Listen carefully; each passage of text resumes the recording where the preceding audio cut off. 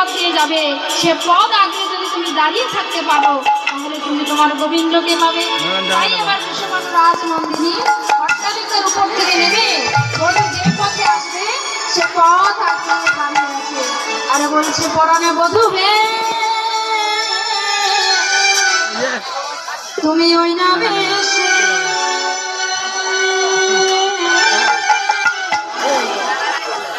আইসো আমার ঘরে। পরাণ বধূ হে,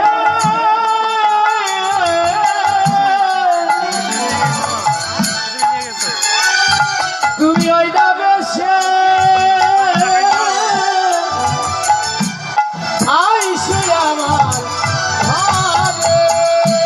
আজকে শ্রীমতী রাধারানী আমার তার পরাণ বধূকে দেখে দেখে বলছে, বধূ হে, তুমি যেমন বেশি আছো